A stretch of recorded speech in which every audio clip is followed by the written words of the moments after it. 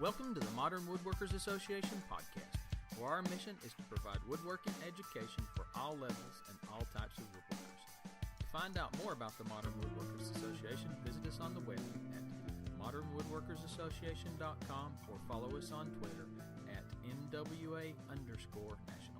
Now to our host, Tom Iovino, Diami Plotke, and yours truly, Chris Adkins.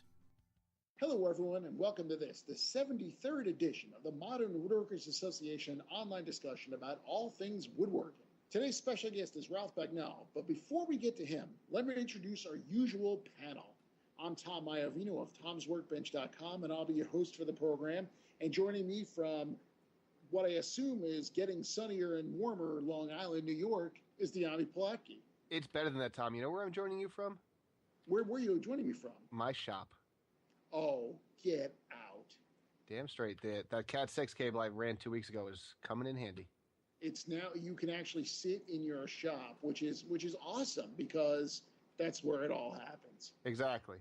Now the next step is to actually bring the computer that I use in here. So instead I've got 3 laptops set up on the table saw, but baby steps. We're getting there. I'm in the shop. Now remember, the laptop was designed to be portable. It was, but I usually do this from a desktop. Oh, okay. Well, Get over it, okay? Yeah. Come on. Move into the 21st century, my man. Move into the 21st century. Okay, so what we're going to do is we're going to go around and we're going to ask what's going on in the shop. So, Diami, what exactly is going on in your shop these days? Lately, it's just been more work on the trophy. I'm working on a trophy for my friend's fantasy football league, and it's a league sponsored by a bar, so I'm making the trophy out of walnut, beer bottles, and a mug, like you do. So I'm looking at this picture of this Rube Goldberg contraption you have here, Diami, and I wonder, what it is that just inspired you to build this thing. It's basically a traditional trophy. You'll be able to see in the show notes. It's as it stands right now in the picture that I've got done. It's dry fit. I know that's glued in, and you can see the bottles aren't painted yet, but it's 3 tiers of walnut, each triangle shaped, and the pillars in between the tiers are made of beer bottles that'll be painted gold. Okay, now, how are you keeping these in place? Are you epoxying them in? What's going on? Well, I'm ultimately going to glue them in with silicone marine adhesive. I've already done a couple tests, and it bites the glass to the wood very well. But what I've done is actually there's recesses for each one of those. So I bought, I don't remember the size, but it was, I think for the bottom of the bottle, I bought a 2 3/8, and for the top of the bottle, like a 5/16 Forstner bit. Okay. So they're all drilled out, and they all fit into these plugs or into these recesses in the wood. And then for the mug itself, the mug took a 4 3/8 bit. It's a very big mug, so I actually had to get a hole saw for that, and I managed to exceed the friction fit between the chuck and the shaft of my drill press. Congratulations, Diami. Yeah, I've done that before on other drill presses. I've never done it on my drill press, so it was a first for me. But I just I took it off and I chucked it into my right angle drill and went to town. So, but then because and I'm sure you did it. I'm sure it worked like a champ after that. Oh, it right? did. I mean, I've got. They haven't made it in a decade or so, but I've got an old school Porta cable right angle drill, and it's got enough torque to it'll pick you up if it wants to. It's a beast of a drill, but it's good for things like that. I don't have anything else I can drive a 4 3/8 hole saw with, but because it was a hole saw that left the middle of the circle still flush with the face of the triangle, so then I had to pull out the router and route it all out. But I just set the router depth to the bottom of the track that the hole saw made, essentially, and just plowed back and forth and routed it out. So that's one way to do it. Yeah, it worked, and I thought I was done, and then I talked to my friend who I'm making it for, and apparently the assembly that you'll be looking at in the show notes still needs to fit on a base that I still need to make. So there's even more to this Rube Goldberg-looking contraption. There's going to be more, yeah. Oh, wait, there's more. Gosh, that's exciting. Now, Ralph, who's joining us. Ralph, what's going on in your shop these days? Oh, all kinds of things. In addition to my work with MicroJig, which is why I'm here tonight, I'm doing a series of product videos for Freud. And I just received 600 pounds worth of clamps from Bessie. Holy smokes. Yeah, I've got, it was like Christmas. But Many times over. Many times over.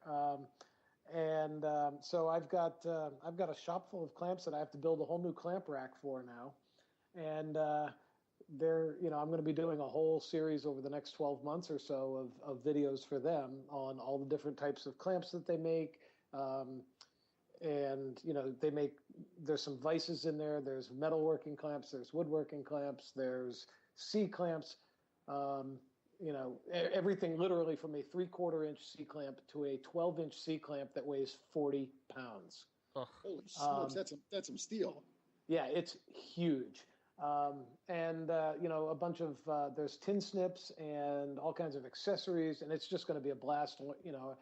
They sent out one of their technical representatives last week, and he and I spent a couple of days together going through it all, and he was filling me in on all the information. So it's just been a blast. So now I've got many projects that I have to come up with in order to use all these clamps.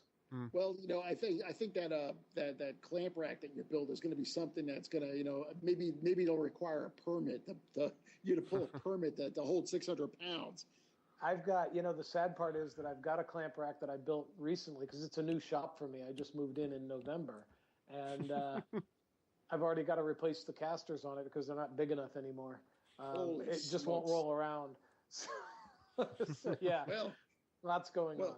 Well, we're going to definitely get to more of what you're doing, Ralph. But yeah, some things in my shop that are going on.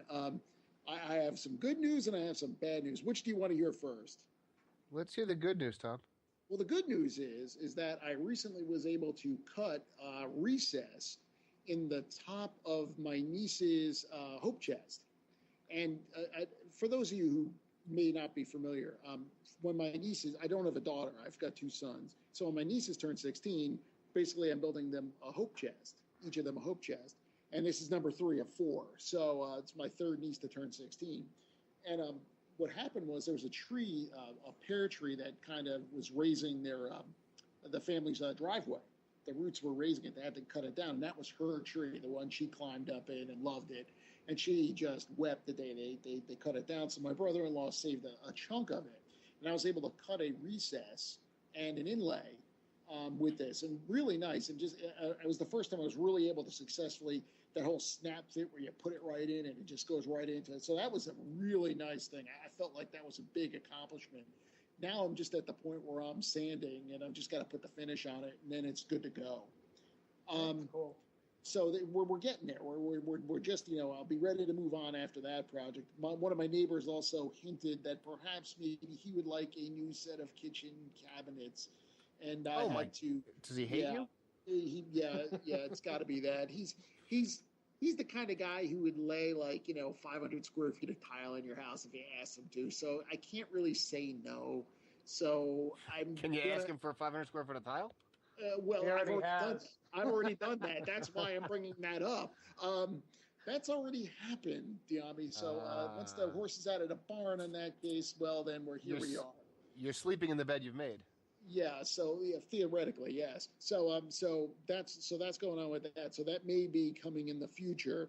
The bad news is, well, I had a little incident in the shop. I was getting ready to shoot some pictures for an upcoming blog post, and my beautiful camera, my Alpha 5000 Sony mirrorless compact camera, I put it down on a workbench and went to move a piece of wood, and I heard a clank, and I turned around, and there it was on the floor.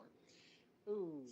Fortunately, I had bought the Geek Squad, bulletproof, throw it on the ground, and we'll replace it for you kind of warranty. So I brought it to the Best Buy tonight, and they sent it out for repair, and if they can't repair it, they'll replace it. So that was the best $45 I ever spent right there.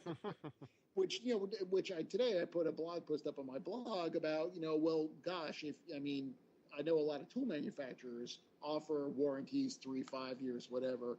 And, this may be a conversation we get into later, but, about warranties for tools. Do you return the warranty card? in case there's ever any sort of issue with it, you can get a thing repaired or replaced for free. So that may be something. Yeah, I had a bunch of Ryobi tools stolen out of my shop years ago, and I was able to assist with the insurance claim because I had, in fact, registered all the tools. Oh, nice. Huh. Yeah, it helped out. It didn't help get them replaced, but it certainly helped with the police report and all of that, and then the insurance claim later. But just the fact of even doing that, registered that I did in fact own them with the insurance company, and so they couldn't argue with the fact that, did you really own these things, or are you just trying to get extra out of your insurance claim? It wasn't a hassle. You go find a big screen TV in the dump and bring it over to and bring it to your house after the fire, right? Of course you want to do that, but actually having that documentation, that's a pretty big deal. Yeah, it is, and I do the same with software. So so that's a good thing. So they say by May 4th, I should have my camera back in full working order. They're going to ship it directly to my house, which is nice. So I just, it's kind of an interesting topic we could discuss later at another time. But so that's what's going on in my shop. Now I know that we've talked about some of the goings on in the MWA. One of the big things that's coming up, and it's a good thing we have Ralph on tonight because Woodworker Safety Day is coming up, and and the company he represents is big into safety. So what we want you all to do is, we kind of threw out the day in mid-May for this, and we were thinking maybe something like May 15th. Diami, what do you think? Can we make this decision on the fly? Sure, May 15th sounds delightful. You know what, Tom? May 15th sounds safe. It sounds safe. I like the way you're thinking. May 15th is going to be Woodworker Safety Day. So if you're a blogger, if you make videos, whatever, we're going to look for you to circle May 15th. It's a Friday on your calendar, and just what we'll do is we'll make that day all about safety and thinking about safety, because a lot of times it's the last thing we think about. We think more about the projects we're building. So it's important for us to keep that at least once a year in everybody's mind. So I like that. Don't hurt yourself while we figure that out. That's a good thing. It will also coincide with the Weekend with Wood, which is taking place the 14th to the 17th in Des Moines at the headquarters of Wood Magazine. It is sold out. It remains sold out. It remains sold out. So if you wanted to go, 2016 is going to be your year. 2015 is already booked. Another thing that we know is coming up, though, that still has spots available, it's not sold out yet, is Woodworking in America, which is going to be in Kansas City this year. Kansas City, Missouri, on September 25th to the 27th. So that's coming up. Yeah, you got plenty of time to get your tickets, but don't wait too long. Yeah, don't wait too long, because you never know. Another thing that's coming up on Safety Day, believe it or not, is right, Diami? In Atlanta, Iowa? Yes. Oh, yes. Yeah, Handworks. Yes. Handworks will be on Safety Day and the same weekend as Weekend with Wood. It's going to be a very, very safe weekend full of woodworking. Yeah, there's going to be safety and woodworking. It's going to be great. So you got to love that. So now that we've bored you with all those details, it's important for us to get to the most important part of the show, which is the introduction, the formal introduction of our guest, Ralph Bagnall. Ralph, how you doing? I'm doing great, Tom. Now, Ralph, you are the technical specialist for MicroJig. What does that mean? That sounds like a fancy title. It is a fancy title for a not very fancy job. Basically, I'm the guy that is providing the technical support for customers of MicroJig when they email in questions or need more information.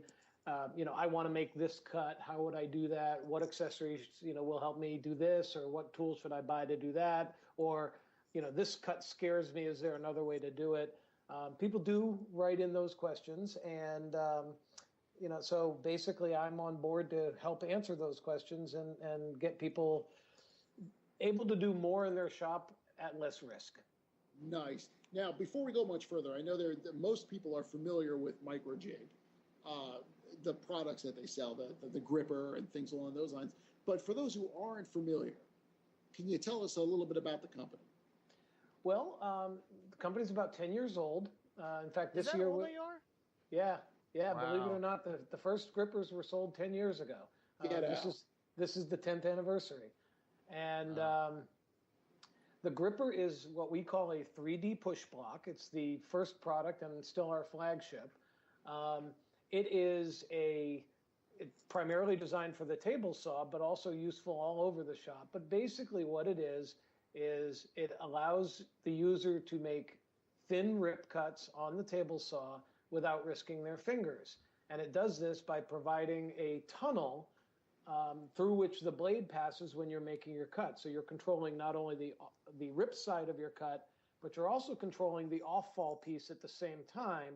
And then the gripper is a moving blade guard that travels with your hand across the blade. So even if something goes horribly wrong, the gripper takes the damage and not your fingers. My gripper can attest to that. I got a nice cut right down the middle of it.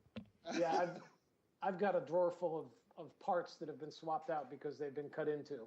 I've been using grippers for about 5 years now. Now, we're talking about, when it came out, it was revolutionary. It was, because normally a push stick is something, you kind of get a plan for, you kind of cut out of a piece of wood.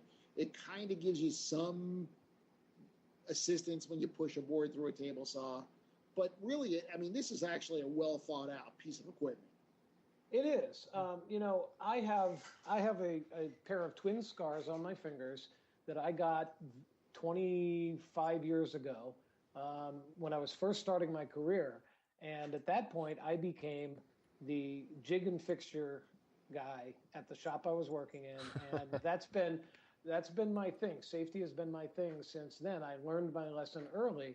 And when I first, discovered the gripper, I was an early convert. And honestly, the first time you use it, it feels a little strange because it's not like using a push stick.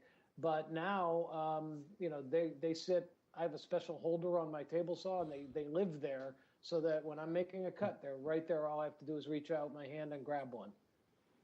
And I'll agree with you. They feel a little funny when you first use it, but by the end of that first day, you're used to it. They grab so well, and you get so much more control. I bought one years and years ago, and then I got a second one about a year and a half ago before I'd actually taken the first one out of the box. And when I got the second one and took the time to set them both up and use it in the pair, I was an idiot for not taking the other one out of the box. They are just it's really a revolutionary way to push the stock across the blade. It makes all the difference in the world, and you suddenly find yourself being able to do a lot more, and you don't have that little hesitation, that little bit of fear before you make the cut. And I've been telling people since long before I got involved with MicroJig, if you're not comfortable making a cut or any operation in the shop, you simply don't do it. There's always another way. There's always another technique. There's always a jig or a fixture you can build. And now with the gripper and the accessories, the capabilities that you have in your shop are extended dramatically without the fear factor of making tricky cuts. There's also a lot to be said about confidence. If you can, there are so many different things you can do when you can rip a thin strip. Oh yeah, absolutely. You could bend the wood around a form. You could, but you need to be able to do it safely. I've seen people on YouTube cut things where they've got their hands like right down by the blade, and I just cringe every single time. It scares the bejeebers out of me to see that happen. And it's the kind of thing where if you follow that advice, somebody's going to get hurt. Yeah. Oh, absolutely, and you're right. You see that all the time on YouTube, and frankly, even this month's issue of Woodworkers Journal references last month's issue or the last issue. There was a photograph that they actually used that's any number of people wrote in and said, that didn't really look very safe. And, a little bit of bragging here. I saw the photo in the original magazine and contacted the author of the article, and she now has grippers. So, it's just one of those things that, you do see stuff on the internet. Just because it's there doesn't mean it's correct. And, we do go to a lot of lengths to really emphasize the safety issue first. It's always about safety first with us. But on top of that, you're not only safer, but you actually get you get cleaner cuts, you get more operational capability, all with added safety. It's a win-win. Yeah, that's true, but I'm going to cut you off, Tom. I think I think that's important, because not to say that I'm against safety, but if being safe means you're cutting inaccurately, or it's harder to cut, or you're not getting the results you want in terms of the piece, then at some point it's a dissuasion to be safe. And I think the biggest advantage of the gripper and a lot of other safety things is that they not only make it safer, but make it more accurate, and you get the results you want easier. Absolutely. And it's safety devices have to have two functions in order to make them work. One is they have to be easy to use, or else they won't get used. They'll get set aside at some point and never put back on the saw. And then the other one is that they have to make things more accurate, give you more capability, or again, I'd like to use the blade guard, but I've got to rip this piece, a quarter of an inch wide, and I can't use the blade guard for that, so it has to go out of the way. Well, the gripper is where you would pick up on that point. And in fact, OSHA even recognizes that in industrial shops, there are times that you need to remove the blade guard, and the gripper is OSHA approved in those situations. That's impressive, because OSHA doesn't recognize the fact that you have to climb on a roof before you put your harness on. Yeah, exactly. All those crazy things. They can't, they're here to protect us, but, like any government bureaucracy, sometimes it doesn't always make sense. Yeah. And, Ralph, a tool like a router or a table saw is such, there's the obvious use. I mean, you cut a straight line, you cut this, you cut that, you put a profile, but there are so many uses to those tools when you start to think about the joinery you can cut and everything, and you've got to be able to explore that safely. Exactly. While you're doing that. I mean, if you're going to cut fingers, and a lot of us, let's face it, you're going to cut, dovetails or whatever. And a lot of us, let's face it, we're self-taught. Okay, we're learning our craft in our garage, usually alone. We rely on the internet to a certain extent, and books and magazines and things like that to see new techniques. But at some point, you actually got to put, the wood to the metal, and and having the right tools and the right accessories on hand makes that a lot more confidence inspiring and safer. Yeah. No, it's not. I mean, the thing about MicroJig is it's also not just the gripper. I mean, over the past decade, it's become other tools as well that they produce that are really, just easy to use. Oh, absolutely. Right now I'm looking at, the one thing that I know that I've seen people do on a table saw that really made me very cautious when I did it was tapering legs. And I watched it in a Yankee workshop, and I'd watch Norm make his little jig with the hinge on it, and I'd buy the simple little metal one with the folding legs, and I think to myself, as I start to push that board through, I'm thinking, there's no way. There's no way. I mean, I wouldn't wish this on my worst enemy. And I'm the same way, Tom. In fact, I actually, designed my own tapering jig. And, I even sell plans for it. But here's the little secret. In my shop, I use the micro tapering jig because it's just easier and it's safer. The problem with the folding leg ones is that you're not only having to hold and control the jig, but you also have to hold and control that part. Right. And with the microdial, you can use it with larger pieces by itself, and with smaller pieces, the gripper's attached directly to it to hold your stock for you. The instruction book that comes with it is terrific, and there's a full-length DVD that goes with it that shows you all the different things you can do, 8-sided tapers and we've got a video on our YouTube channel that shows you how to do a spade foot leg. So you've got stop tapers on the body of the leg, cut on the bandsaw with the microdial, and then the foot at the bottom is also tapered, and that's cut on the table saw using the microdial.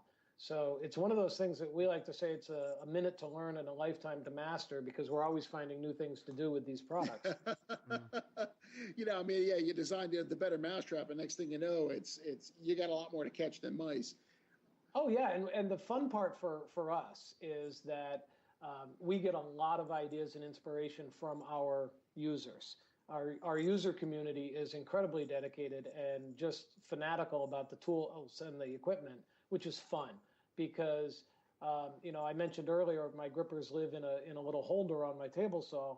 Well, that holder was designed by one of our customers. He sent us photos of it and was gracious enough to allow us to create a set of plans for making your own. And, those, it's been very successful, and a lot of people have enjoyed using it. And, we call it the gripper keeper. And so, but there's always new stuff out there, and our customers sending us photos of their projects and interesting cuts that they're making and fun things that they're building using our products and fun ways that they use our products. We had one guy that, he uses his gripper, the center leg on his gripper as a thickness gauge. So he'll set it to, let's say, a board that he needs to match up with. And then when he goes to his lumber pile, he can just try the different boards in between the two legs of his gripper that he set as a thickness gauge. Just fun stuff like that people write into us all the time, and either online or snail mail, and say, hey, this is what I'm doing.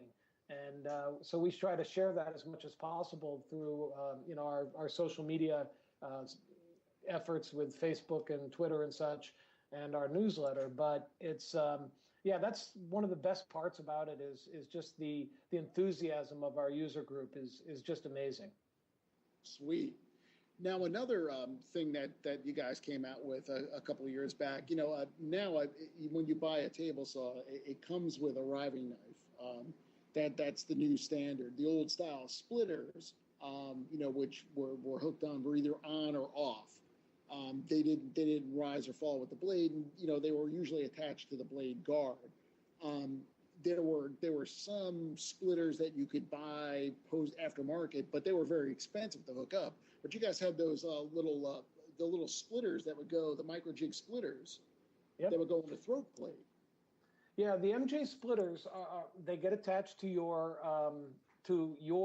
zero clearance insert on your throat plate, and each set comes with its own drilling jig, so they're very easy and quick to set up, and they give you the advantage of a splitter, keeping that kerf open behind the blade, so that you don't get the blade pinched, which causes kickback. And I'll be honest with you, if to any of the listeners who have a table saw with a good riving knife system, I tell everyone the same thing. If you've got a riving knife, use it, because it is the best prevention for kickback that you can have. And even if it means we sell a few less MJ splitters, we're comfortable with that. But for those of us who have older saws that don't have a splitter on it, a riving knife, or like my old Delta Unisaw, I use a throat zero clearance insert almost exclusively on my saw, so I use the MJ splitters quite often. And again, going back to what we were talking about earlier about safety devices being easy to use, once this is set up, adding or taking away the splitters is just a matter of hand. You don't even need tools to do it. It's just plug them in or pull them out. So they're very convenient and easy to use, and they do prevent kickback, which is deeply important.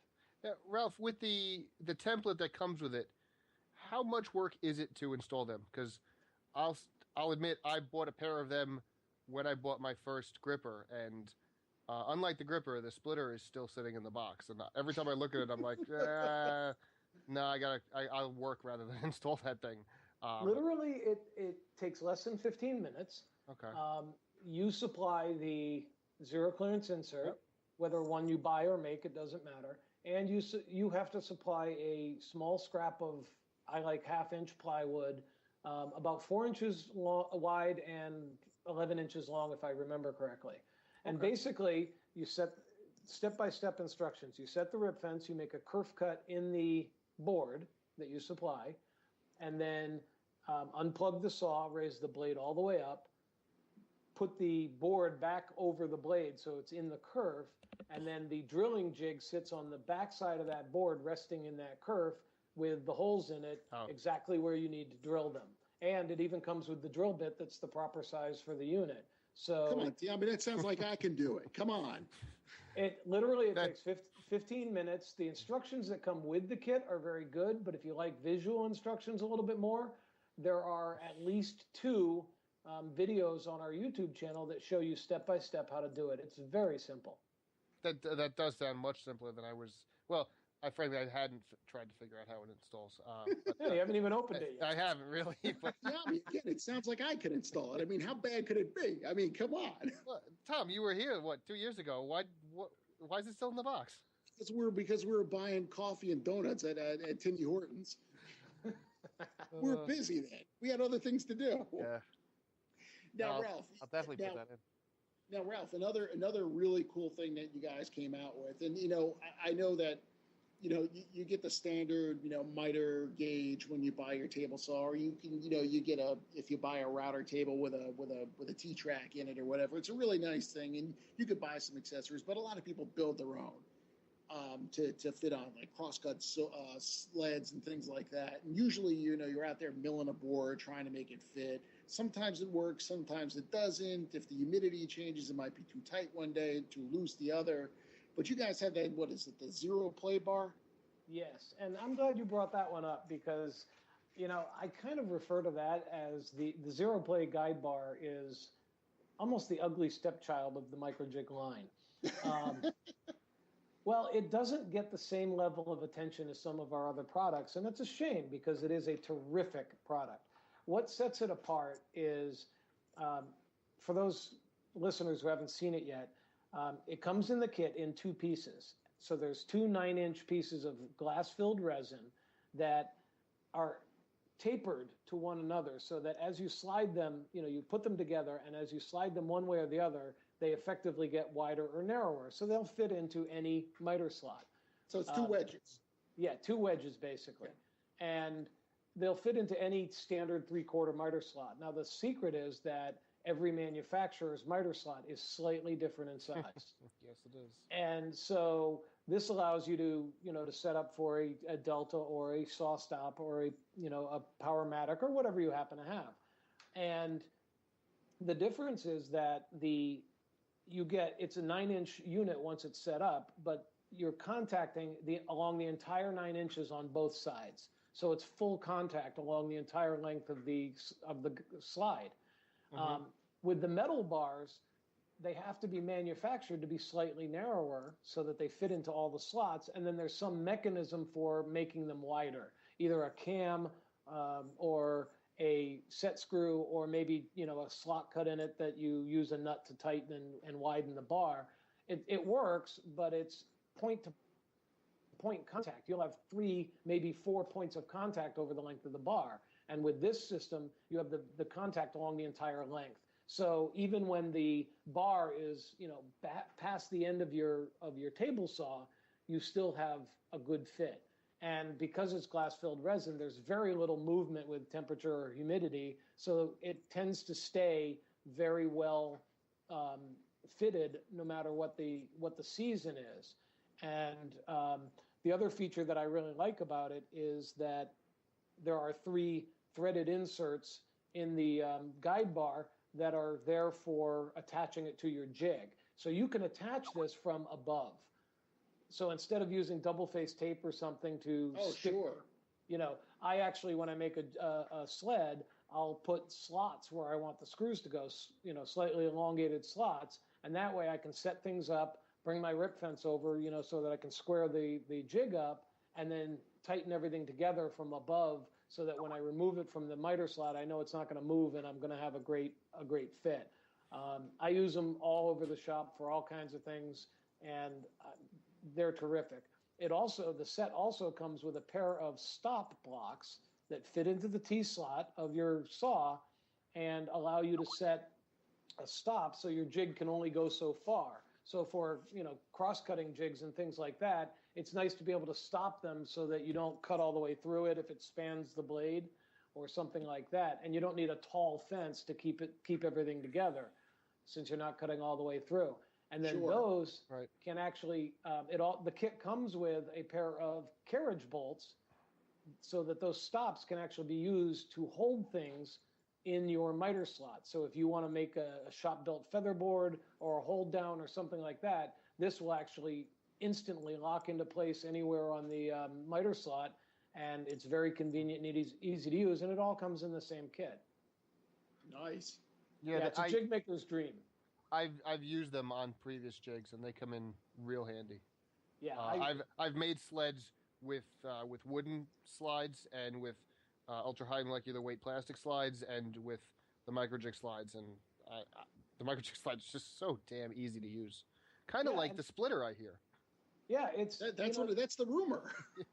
I've used the UHMW slides as well, and the problem I always run into is when I put the screw down into them through the jig, it tends to spread the plastic a little bit. And so all of a sudden, this perfectly fitted piece that you took all that time making no longer fits, and you got to shave it wherever there's screws. Yep. You don't have that problem with the threaded inserts because that's what they're there for. And so, yeah, you get, the name Zero Play is very literal. I've got one that I was demonstrating just the other day where I can move it, the jig back, the sled back and forth on my table saw with one finger, and yet there's no side-to-side play whatsoever. Yeah, that's got to help the accuracy. Oh, yeah. And you get a lot less burning because your piece isn't, wobbling around as it goes across the blade. Yeah. And again, back to the safety point. I mean, if you can build a sled to crosscut, you're not going to do it incorrectly. Right, exactly. So, that's a win-win all around. So Ralph, we've got just a few more minutes left. We're going to have a series of questions to ask you, but one last question. Anything we can look forward to coming out of MicroJig in the future? Is there any big plans, anything in the skunk works we might want to know about? There are some things in the skunk works that are very exciting, but I can't tell you about them yet. I could tell you, but then I'd have to hunt you down. Okay. But I know, and I'm easy to find. That's my problem. So. That's right. I know. I know what airplanes you fly. Yes. But seriously, Henry's working on some pretty cool stuff, and we're looking forward to bringing them out. Some new stuff that's a little bit of a departure from what you're used to seeing from MicroJig. So it'll be very, very interesting, I think, as we bring those to market. Nice.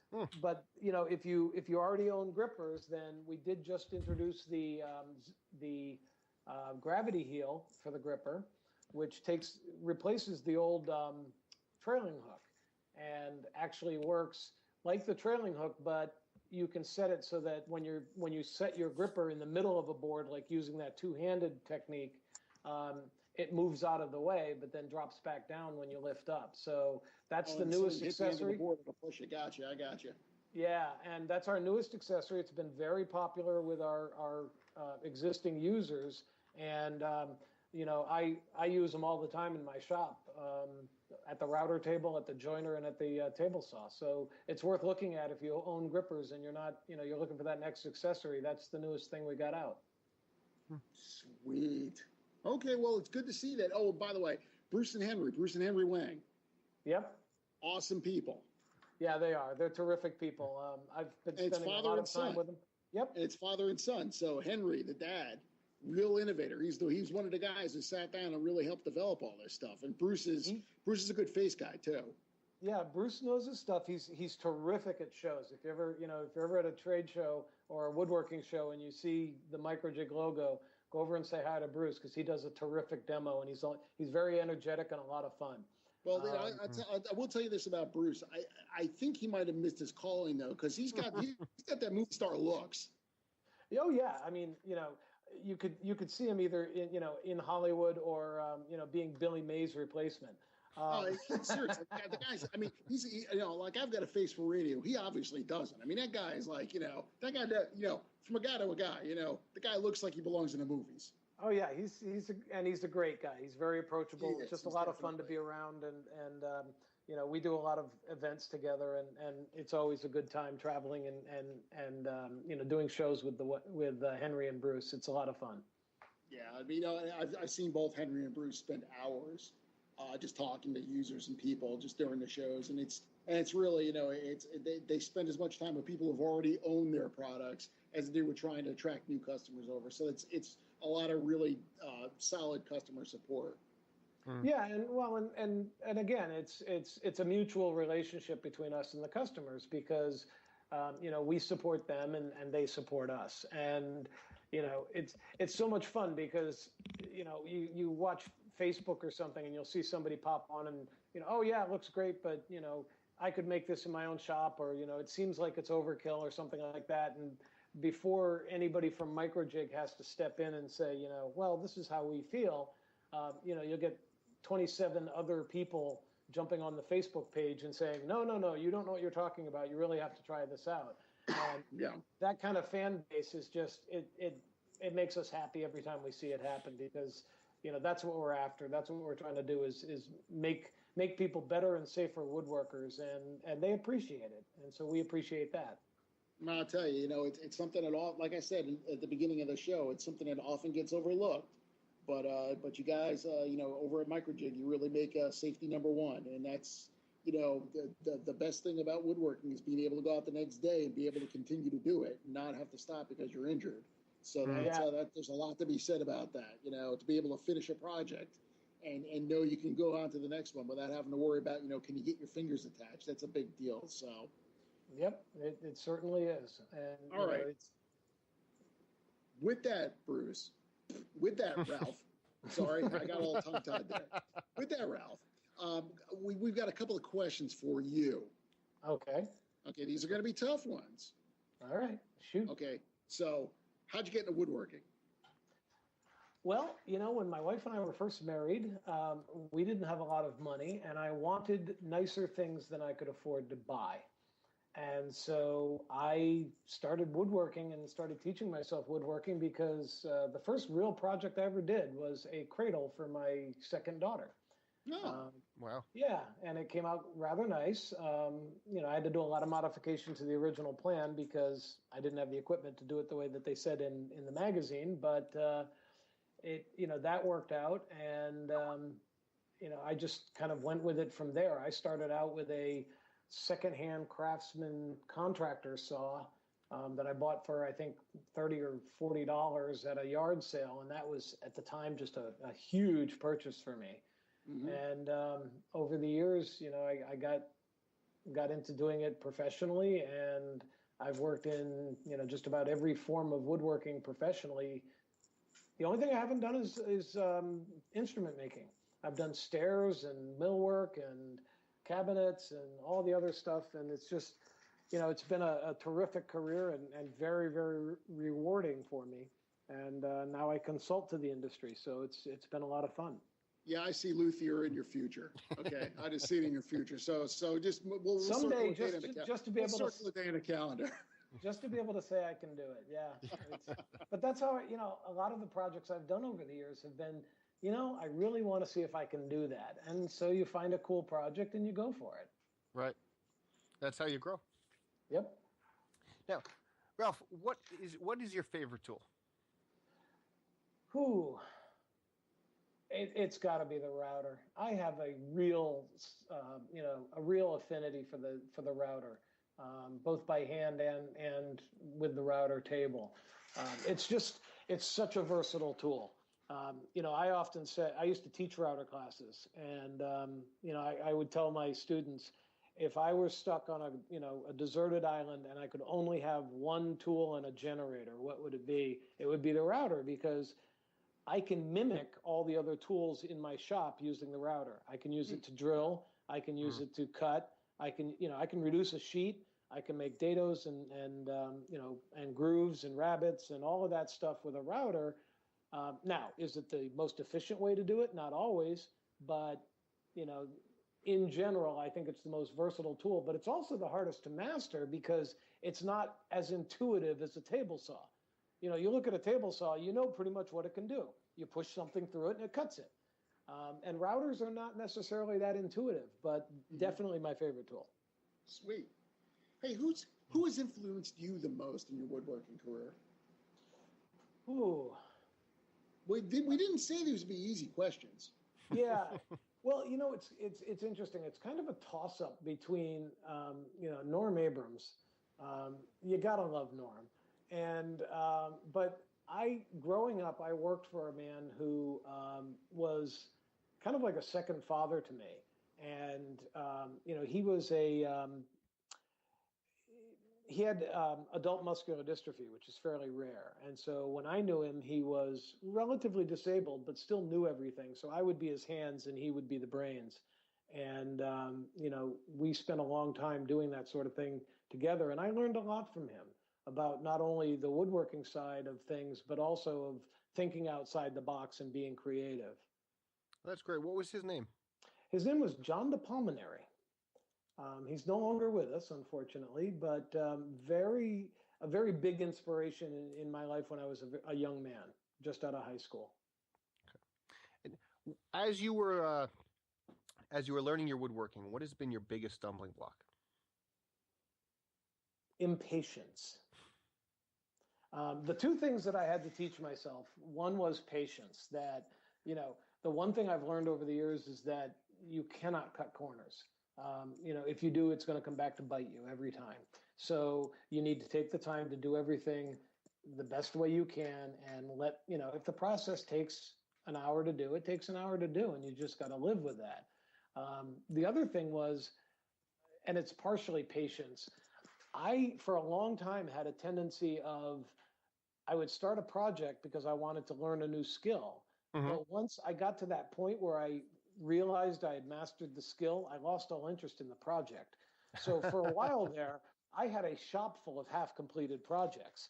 And, it took a little bit of age and maturity to get to the point where I can see a project through to the end now.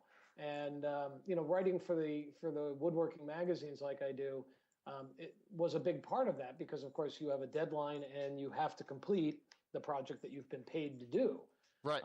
So, okay, yeah, I can do this project, but, I still got to get it done. So that was probably the hardest lesson for me to learn was the patience that goes with woodworking. Absolutely. Well, that finishes the 5 questions. So thank you very much, Ralph. Excuse me, dear listeners. This is Diami. I need to interrupt for just a second.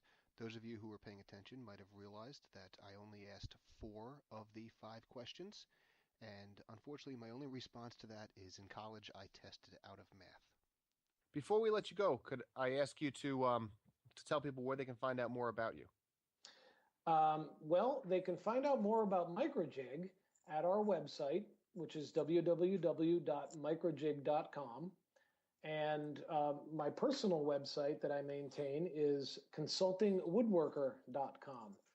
And on that site, they'll find all kinds of skill building videos and product review videos, even some free plans and things like that. And then some of the other information that I have for sale in book form or digital plans. So Consulting Woodworker for my stuff and microjig.com for all the MicroJig stuff. Well, that's great. Thank you so much, Ralph. We really appreciate your coming on. Guys, I appreciate you asking me, and I've had a lot of fun. That about wraps it up for today's show. If you're missing us already, you can subscribe to the show on iTunes. Just search for the Modern Woodworkers Association. Once you're subscribed, you'll be sure to never miss another exciting episode. And while you're at iTunes, please leave us a 5-star ranking. Even if you don't think we deserve it, just do it. Because it helps other people find us more easily. And if you want to find out more about the Modern Woodworkers Association, be sure to visit modernwoodworkersassociation.com, follow the MWA on Twitter at MWA_national. You could like the MWA on Facebook or circle Modern Woodworkers Association on Google+. While you're there, join the MWA Google+ community for project sharing, discussion, and loads of woodworking banter. I am Diami Plotke of penultimatewoodshop.com. I am at Diami Plotke on the Twitters. And I'm Resident Shop Monkey, Tom Iovino of Tom'sWorkbench.com. and at Tom's Workbench on Twitter. Until we see you again, and right now my eyes are closed, so I can't even see you now, we wish you all happy sawdust. Thanks for listening.